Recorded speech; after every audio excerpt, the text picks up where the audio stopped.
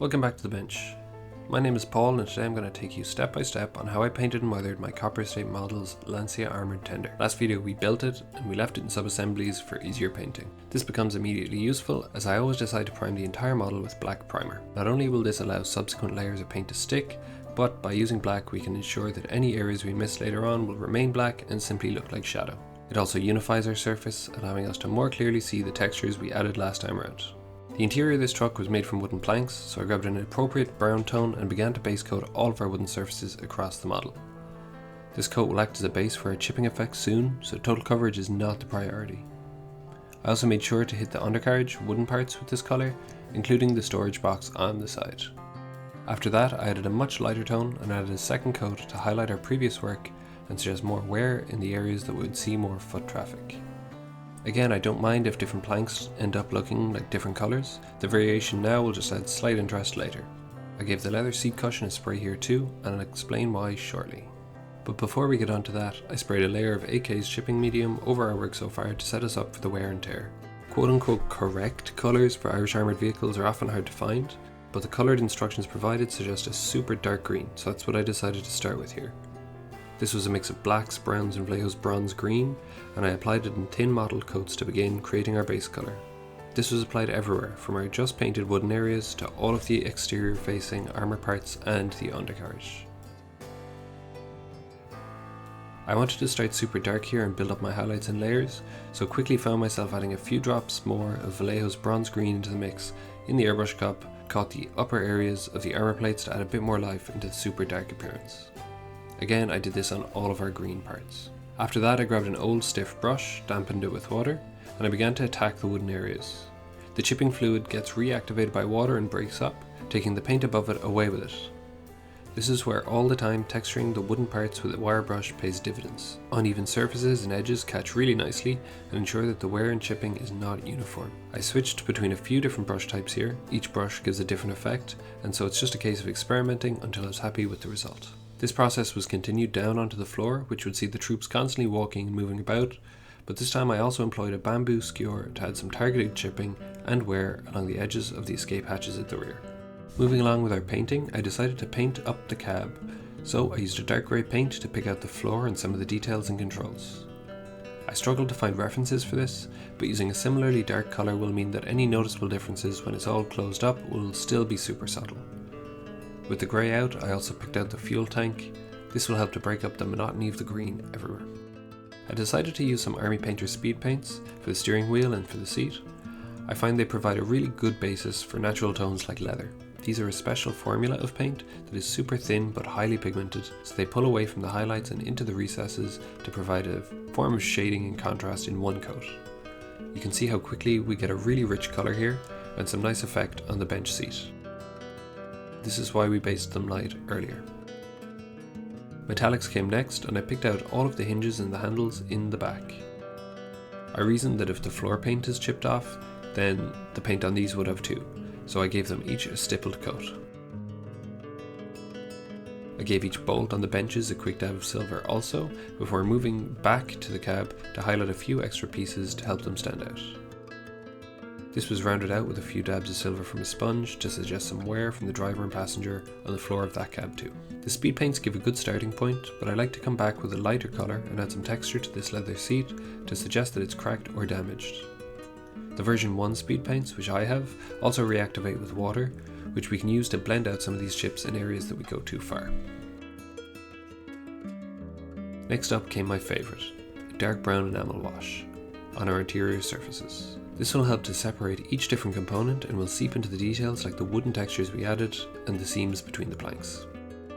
This step can easily be adjusted with white spirits, so I'm not afraid to add it liberally around the edges of panels, around bolts, or just as a way to add shading and depth to the model. We can also apply it in larger drops, which we can blend out to create a more modulated and interesting tone to our benches and our flooring. Once this was dry, I applied each of the 3 decals for the control panel in the cab, and then I sealed them in with UV resin for that shiny glass look. These were honestly so tiny that I'm not sure a dot of white paint in each would look any different in the end. I had a feeling that the cab would be totally invisible and impossible to reach once we sealed up the body of the truck, so I mixed up some pigment powders now to suggest some accumulated dust around the cab, focusing the dust around the edges and corners where it was most likely to build up. With the cab done, it was time to attach the side armour plate with Tamiya extra thin, and then follow suit with the front armour panel. I found the best way to attach this part was to glue it fully along the bottom edge, and then do each side individually once the glue was dry. This lets us make sure we get a clean seam where the top and sides meet. With a better overall picture of how the model was looking, I looked at it in a few different light settings, at my desk, in the hall and outside, and I felt that it was still overall too dark with very little contrast. For that reason I sprayed 2 more layers of mottled highlights to get a result that was more in line with my expectations, and a bit closer to the box art too. These were really just sprayed over the upper areas of panels and armour, before the second layer, which had more white mixed in, was sprayed even more conservatively on just the most important edges. The decals were an absolute make or break step for this kit. I had always planned to do the primary scheme, which is a Lancia in Dublin with the words "We have no time for trucers" on the sides. The transfer text is super thin and is barely visible against the backing paper. To get a sense of what they were like, I started with the small symbol on the front side. I applied microsol over a textured armour and then carefully placed it into place. As soon as I let go of it, I realised that I placed it too low, so there was a bit of messing around to get it to move, but we got there in the end. These decals were super sticky, but the carrier film was almost instantly invisible when they were down. Again, after a layer of microsol, I moved straight onto the main side text.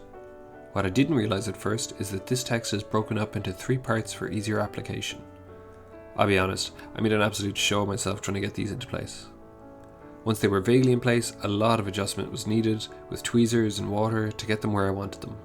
I used a soft paintbrush to chase away any folds or bubbles. Overall, it was a super stressful experience, but worthwhile in the end.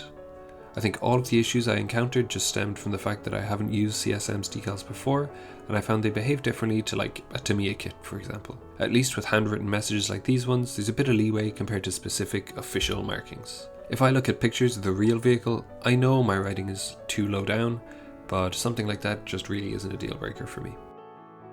Next up, I decided to do a black pin wash across the details on the model. As you can see, there's a lot of rivet and hinge details across the surface, so it was as simple as moving my way around the whole thing, making sure each detail was picked out, including the gun ports on the sides and the armour panel lines. I wanted to keep the slightly cooler green tone that we've established, which is why I ultimately went for the black wash instead of a brown.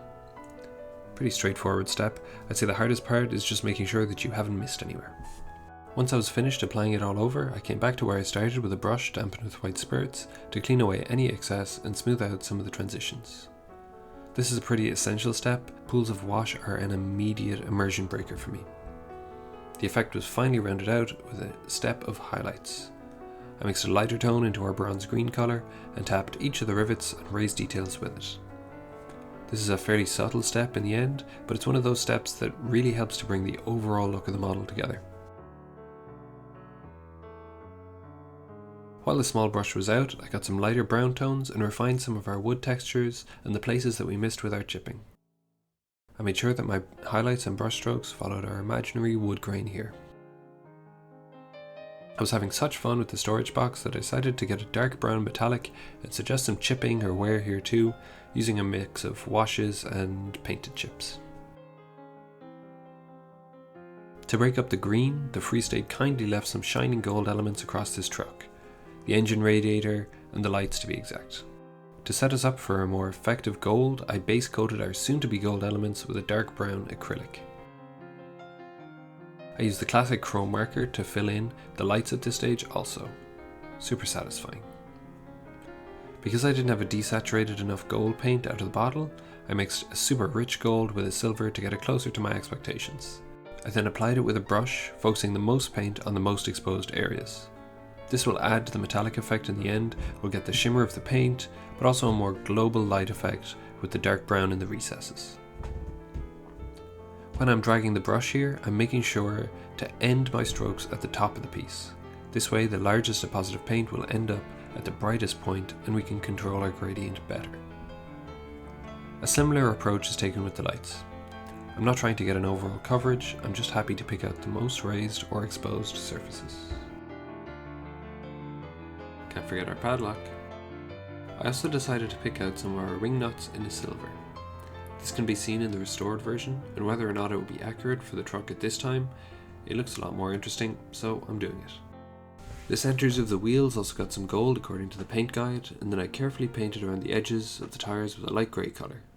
My paint was thin here, so it naturally found the seam between the wheel and the tyre.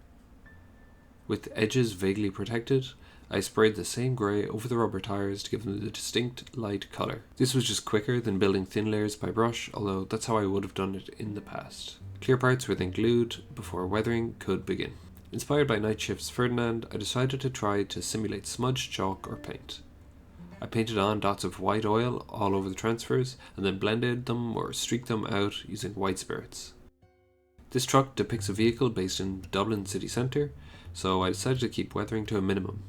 A light buff colour around the lower areas was sprayed to simulate dust deposits. The airbrush was giving me grief trying to get a consistent spray at times with this mix, so wherever things went wrong I just got some free streaking effects using a damp brush. I just sprayed areas that I thought would catch dust or dirt, including the mud guards, the corners and the interior. Now that I'd gotten to paint in behind them, I attached the wheels into place. The funny angle of the front two wheels is intentional and is based on the instructions and reference pictures. The airbrush spray was further refined with some enamel dust washes. I used Mig's accumulated dust effect for some more intentional work, and it's also great for streaking effects. We do get a lot of rain in Ireland after all. I quite like the colour tone of this product too. You can see it's a lot more saturated than our original layer, which makes a big difference overall. We can distinguish different areas using the different combinations of effects. On the side armour I used white spirits to spread these effects out before using an old paintbrush to break up the edges a bit and create a bit more randomness.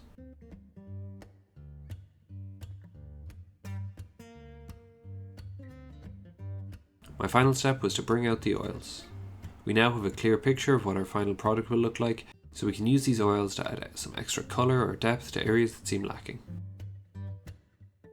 I added some spilled fuel around the fill cap for the tank, some rust around the exposed hardware on the benches, and I added a few extra tones to our storage box. Then I set it aside for now. We're done. I hope you enjoyed this video as much as I enjoyed the painting process on this kit. The big flat armour plates and all the nice small details makes this kit the perfect canvas for some nice easy fun. If you enjoyed this video, please leave a like. There's more in this series coming. I'm recently back at university, so my bench won't be as busy as it was over the summer, but I'll still do what I can when I can. If you want to keep up to date with what I'm doing, make sure to subscribe, and I'll see you next time.